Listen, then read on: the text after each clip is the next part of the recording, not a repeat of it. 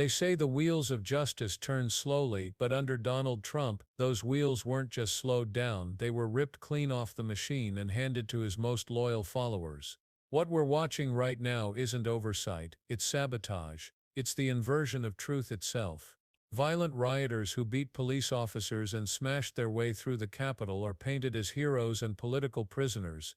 Meanwhile, members of Congress performing lawful oversight are treated as criminals. Think about that for a second. Those who stormed democracy's gates are glorified, while those trying to defend accountability are vilified. From Vermont. But I just have a couple of questions for you guys. One is I want to say that when, pursuant to Senator Warnock and Ben Franklin, we get through this nightmare, and we will, and when we reclaim the trajectory of American history for democracy and freedom, and we will, all of you will be remembered by future generations for what you did to stand up for us during this time. And I don't want you to think that anybody doesn't notice, because we do notice what it is you're doing.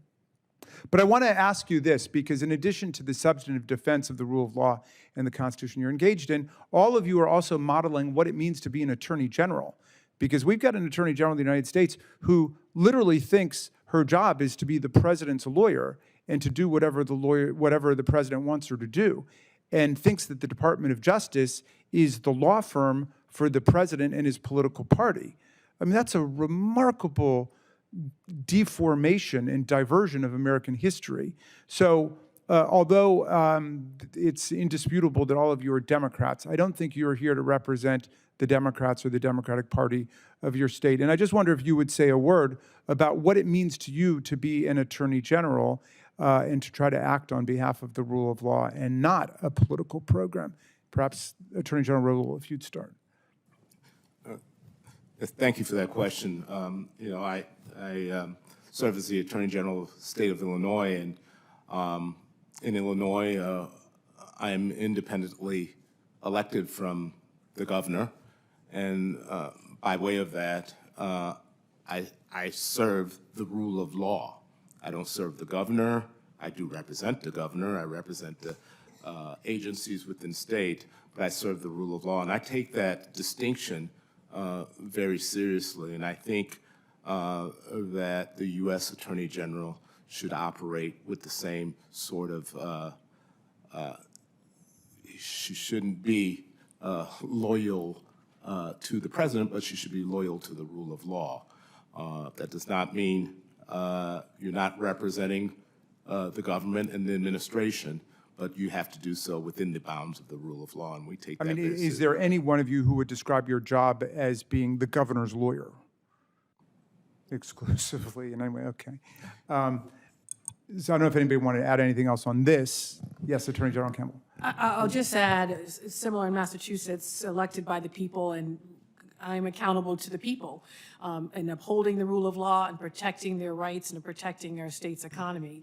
I would just stress, and I think the NIH case, which we were all a part of, whether it's the first case or even the second iteration of that case, to protect access to these critical life-saving medical research, clinical trials. This is billions of dollars that go to every state in the country.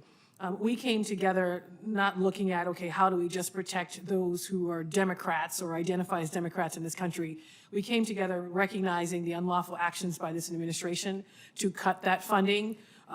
In NIH won quickly on a Friday night and mobilized to show up in court on Monday because we knew what was at stake. When you talk about a child having pediatric cancer or a vet dealing with PTSD, we don't look at whether or not they have a D or an R by their names. We mobilize to advance that litigation to protect the public health, not even only of those folks in our state, but to protect the public health of everyone across this country while at the same time upholding the rule of law. And I think it's just a great example of a great example of how we do our work regardless of political affiliation or even demographic. Well, thank you for doing that. And Ellison and Plotkin, let me just twist the question a little bit. One of the things you guys are doing is defending the integrity of federal laws and programs that we've adopted. And because of the very restrictive standing rules that the court has imposed against Congress going to court to try to get our laws implemented, in a weird way, you're standing up for the laws that we've participated in passing But that's for all of the people, because after all, it's your representatives in Congress who voted for them as well. But I wonder if you could just reflect a little bit on that role you're playing in terms of making federal law work for everybody in the country as And the Department of Justice, once meant to uphold the rule of law, is now cutting massive checks to the families of insurrectionists while ignoring the very officers who risked everything to save lives on January 6th. This isn't law and order. It's power twisted into revenge, corruption dressed up as patriotism, and Jamie Raskin is about to expose just how deep the rot goes. It all started with a single rogue decision inside the Department of Justice, without any debate, without any oversight. More than $500 million in grants to local police, victims' rights groups, and organizations helping survivors of sexual assault were wiped away, gone in an instant. That's over $500 million that should have gone to keeping communities safe, to protecting the vulnerable, to funding justice on the ground. And when Democrats tried to restore the money, Republicans didn't even bother to argue against it, they simply voted no. That silence wasn't an accident, it was complicity. And it was a chilling preview of how MAGA governs: punish the weak, protect the powerful, and dare anyone to challenge it. But the story didn't end there. Because Donald Trump wasn't satisfied with gutting funding, he wanted to rewrite the very idea of justice itself. One of the clearest examples is Zachary Alam, a January 6th rioter described by judges as one of the loudest, most combative and violent attackers that day. He smashed through a glass pane that rioter Ashley Babbitt tried to climb through before being shot. A jury convicted him of multiple felonies. He was sentenced to years behind bars. But then Trump stepped in. With the stroke of a pen, he pardoned him. Alam walked free, hailed as a so-called patriot. And now, what's he doing? He's been arrested again, this time for burglarizing homes in Virginia. That's who Trump and MAGA defend, not the officers who stood their ground, not the families torn apart by the violence. No, they defend criminals who continue to reoffend, who prove over and over again why accountability matters. And while pardoned rioters roam free, real heroes are abandoned. More than 140 Capitol Police officers were injured that day, dozens hospitalized, some forced into early retirement with permanent scars, both physical and psychological. Officer Brian Sicknick, a military veteran, died the very next day after being brutalized by the mob. And yet, instead of standing with those who defended democracy, the Trump DOJ is preparing to hand nearly $5 million in taxpayer money to the family of Ashley Babbitt, the rioter shot while trying to storm the Speaker's lobby. Let's be clear, the officer who fired that shot was cleared of wrongdoing. Even Kevin McCarthy admitted the shooting was justified. Investigators said his actions may have saved lives, including members of Congress and the Vice President. But MAGA wants to turn Babbitt into a martyr and cash out her family with millions. Meanwhile, the officers who actually defended the Capitol, ignored, forgotten, left with nothing. If that feels insulting, it's because it is. Congress voted 3 years ago to install a plaque honoring the officers who fought back against the mob. It passed into law. That plaque was supposed to be installed within a year. It is now more than 2 years overdue. And who's blocking it? Speaker Mike Johnson, a man so terrified of upsetting Trump's base that he'd rather break the law himself than honor the sacrifices of those who protected him. Think about that. He's so desperate to cling to MAGA loyalty that he won't even put up a plaque. That's not leadership, that's cowardice. But as disgraceful as Johnson's obstruction is, what happened to Representative Mac McIver takes the rot to another level. She was conducting a lawful oversight visit at an ICE facility in her district, alongside fellow members of Congress and even the mayor of Newark. Oversight is one of Congress's most fundamental powers, protected by the Constitution and affirmed by the Supreme Court. Without it, lawmakers can't write or enforce laws. Yet during that visit, ICE officials initiated a scuffle, even trying to arrest the mayor. And now the Department of Justice has indicted McIver on charges of assault and obstruction. Let's call it what it is, a sham indictment, designed to distract from Trump's deeply unpopular moves to strip millions of Americans of health care and food assistance. Even more disturbing, that ICE facility is run by a private prison company that happens to be a major GOP donor. So not only is this prosecution an attack on oversight, it's one that protects donors, while punishing accountability. And the hypocrisy doesn't stop there.